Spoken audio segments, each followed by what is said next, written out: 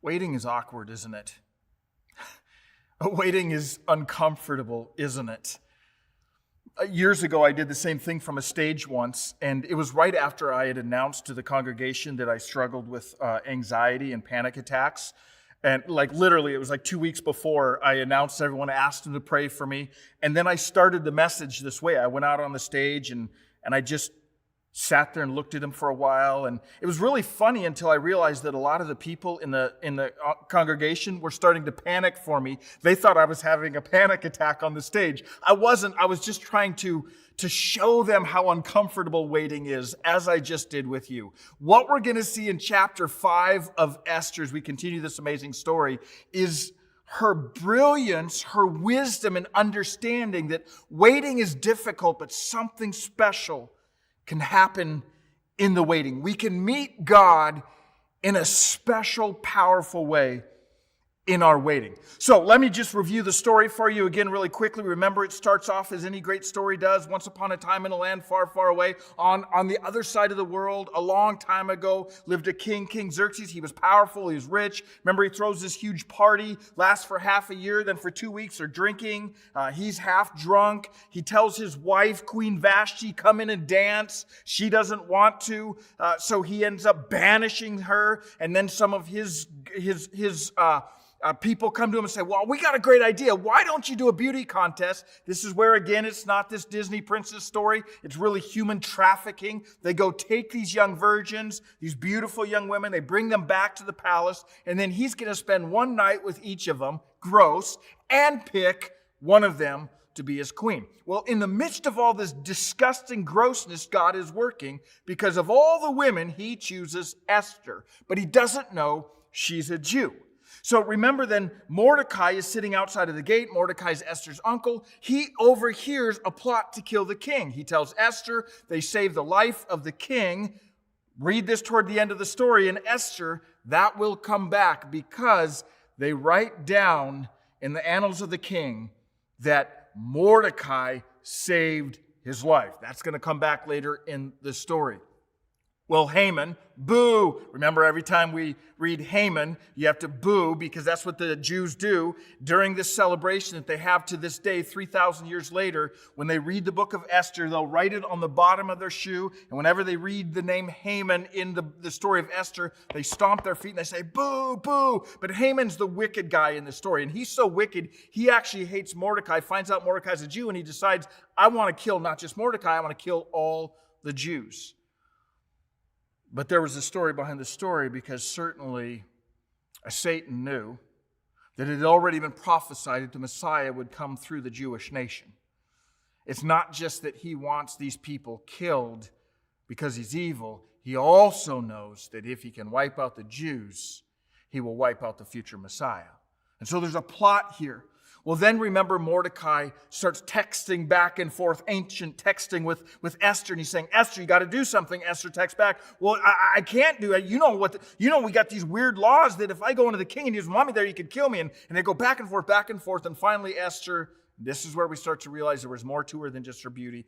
Esther says, all right, I'll go to the king. And if I die, I die. I want you to fast for 3 days, pray for 3 days. I'm going to go to the king. She burns the ships in the harbor.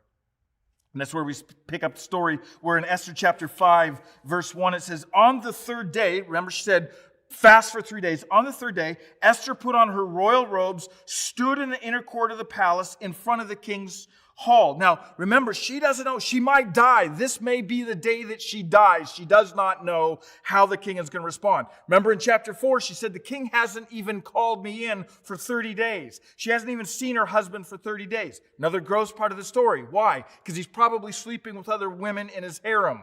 So she's going, I haven't even seen him for 30 days. I don't even know if he wants to see me. If he doesn't, he could kill me. So she goes in there. Verse 1, the king was sitting on his royal throne in the hall, facing the entrance. So he looks up, and there's Esther. When he saw Queen Esther standing in the court, he was pleased with her, and he held out to her the gold scepter that was in his hand. So Esther approached and touched the tip of the scepter. Remember again, she didn't know. It could have been that when the king looks up and sees her, he's angry that she's in her presence, in his presence, and has her killed. And you can't put that past King Xerxes, because look what he did with his other wife, Queen Vashti. But he looks up and he's honored that she's there. Verse 3, then the king asked, what is it, Queen Esther? What is your request? Watch this. Look at the end of verse 3. Even up to half the kingdom it will be given you.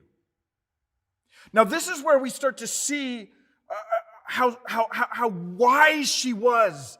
Because at this point you would think that she would just fall down in front of him and just pour out the story. But she doesn't. Verse 4, if it pleases the king, replied Esther, let the king, together with Haman, boo, come today to a banquet I have prepared for him. What wisdom Esther has. It would seem like this would be the perfect time. What do you want, Esther? Up to half the kingdom. Fall down in front of him and say, oh, king, there's a plot to kill my people, and you don't know it, but I'm a Jew, and I'm begging you to say. But she doesn't do that. She goes, okay, king, you said I can have up to half the kingdom. I'm just asking, would you and Haman show up to a banquet? So they come to the banquet. If you read the next few verses, they come to the banquet, and once again the king tells her in this banquet, Esther, what do you want? Up to half the kingdom, ask me and I'll give it to you. Now this is the most powerful man in the world. This is the biggest kingdom in the world at that time in human history. And he's saying you can have up to half of it, Esther. And once again, she shows her patient waiting, her wisdom. She doesn't respond. She says, here's what I want, king. I want you and Haman to come back for another banquet. Now, watch this. Skip down to verse 9. Watch what happens. She's waited twice now. She's already been waiting for 3 days to even meet him. Now she has her opportunity. She says, no, come to a banquet. Then he gives her another opportunity. And once again, she says, no, I want you to come to another banquet. Now we go to Haman in the story. Skip down to verse 9. Haman, boo! Haman went out that day happy and in high spirits. He's gone to 2 banquets now. But when he saw Mordecai at the king's gate and observed that he neither rose nor showed fear in his presence. Remember, that's why he hated him in the first place, because everybody else is bowing down to him. Mordecai refused. He was filled with rage against Mordecai. Nevertheless, Haman, boo, restrained himself and went home. Maybe one of the few times in Haman's life where he actually restrains himself. He goes home. If you kept reading this chapter, you'll find out that he goes home. He invites his family and his friends, and they come in, and Haman's sitting there, and he's bragging to all of them that he's been invited. Out of everyone in the kingdom, Queen Esther invited him and the king. Just him and the king. Can you imagine you go into this banquet hall, and it's not full of hundreds of people. There's 3 chairs. The king, the queen, and Haman's telling his family. And me. You can imagine his chest sticking out. And me. Twice. I've been in 2 of those. But read those verses, and here's what he's going to say. Twice I've been invited. But I just can't get excited about it because I can't get over this Mordecai. And so skip down to verse 14 and look at what his wife proposes. His wife says, you know, Haman, what you need to do is have a pole set up reaching to a height of 50 cubits. That's 75 feet, okay? That's like a 7-story building. Have a gallows built that's 75 feet and ask the king in the morning to have Mordecai impaled on it. Then go with the king to the banquet and enjoy yourself. Build something 7 stories tall so everyone in the city can see it. Take Mordecai, impale him, that's disgusting, impale him on it so he's hanging up there and everybody can watch in the city, and then you can look at him bleeding out on this pole impaled, and then you can go to the banquet and be happy. Look what kind of guy Haman is. Look at the end of verse 14. This suggestion delighted Haman. Boo! And he had the pole set up. We don't have time to finish the story. We're actually only halfway through it. This is chapter 5. There's 10 chapters. You have to. If you've never read this, you must finish reading this because the irony of the next few chapters are unbelievable. It's so good. But what I want us to do in this last time that we're going to talk about Esther is I want us to back up again and see her wisdom. I want you to see what's happening in the waiting because I know you have dealt with this and some of you are dealing with it now. I've dealt with it many times in my life. Waiting is one of the most difficult things that we deal with as human beings. Waiting for that different job. Waiting to get married. Waiting to have kids. Waiting, you fill in the blank. And some of you have shed tears. Some of you have gone into your room alone before God and you've wept and you begged Him because you're tired of waiting. Look with me again. Look at Esther chapter 5. Look at verse 7 again, what happens here. Esther replied, "My petition and my request is this.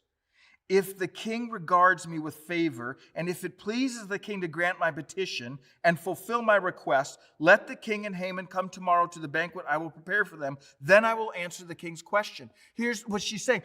2 occasions. She's waiting.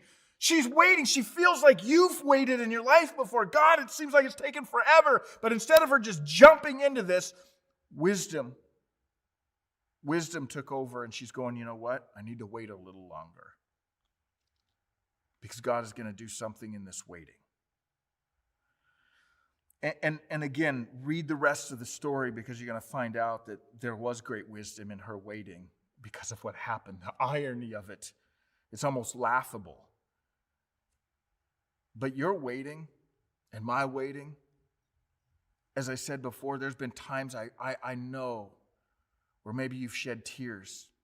But there's something powerful that happens in waiting. Last week, Laura and I were talking about waiting and the struggle with waiting, and she shared this with me. She said that somewhere she had heard that patience is not the ability to wait, but how we act while waiting. Patience is not the ability to wait, but how we act while we're waiting. And Esther's a great example of that. She was doing something. She was fasting with part of this. She was praying with part of this. She was doing something and waiting. She was waiting on God to move. She was waiting on God for direction. Patience is not the ability to wait, but how we act while waiting. Now, I'm gonna play these cards in front of you and just be honest and transparent with you. Just my personality type, waiting is so difficult for me. I don't know if you've ever taken the Strength Finders, but in the Strength Finders, one of my top strengths is I'm an activator. It's one of my top ones. Out of the 30-some strengths, I think it's number 3 on my list. I'm an activator. You know what that means? That when people say, when should we start? I say, yesterday.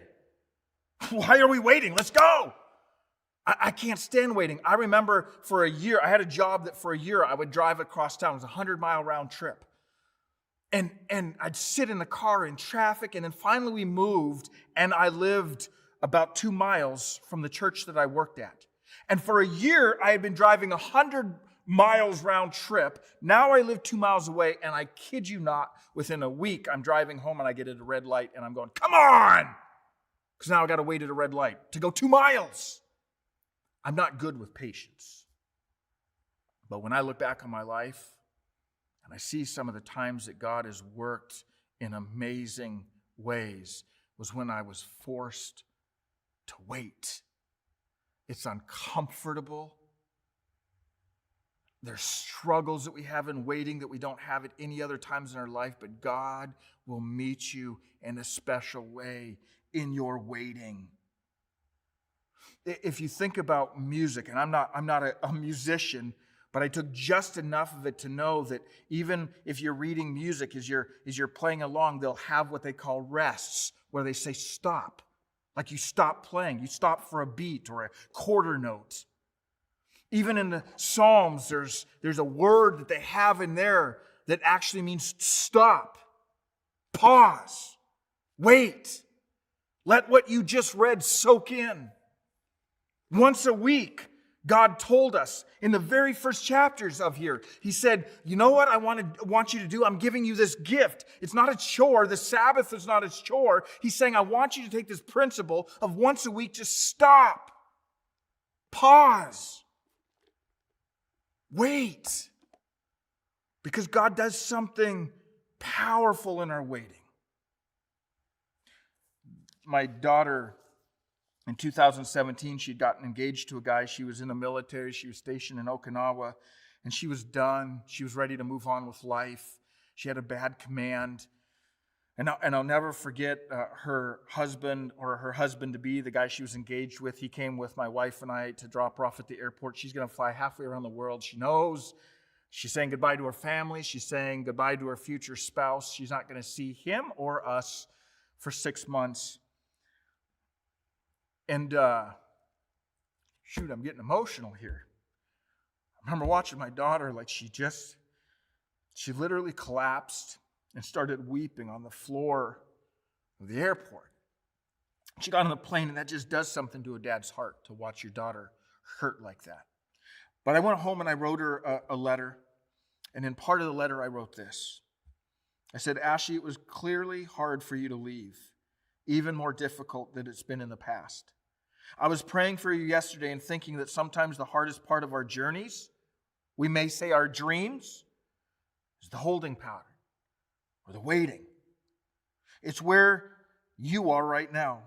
Your dream journey will begin when you say I do to the man who adores you. It will start when you get to be together. There's no way around simply agreeing that waiting in this journey of life sometimes sucks. Moses spent 40 years waiting in the desert. Joseph had 13 years before he saw his dream fulfilled.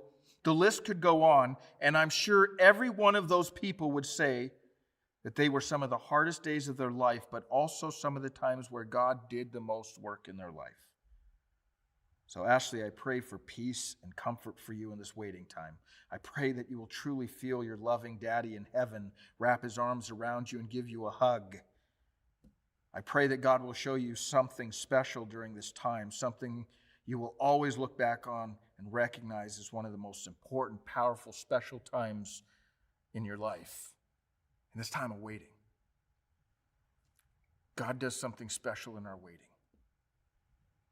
And if you're in a holding pattern right now in your life, I am sorry for the pain you're feeling. I get it.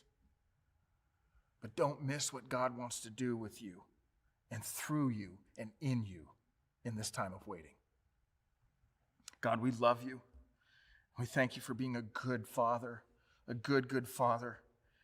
And I pray for some of those that are maybe waiting right now, that are maybe in a holding pattern right now. And God, would you just comfort them? I understand their pain that they may be feeling. I understand the times where they're going, just get me through this. Just get me to the other side of this. God, would you meet them in a special way? But God, may all of us recognize that there's something powerful you do in our lives in this waiting. And like Esther, would we not miss what that is? We love you, Jesus. Amen.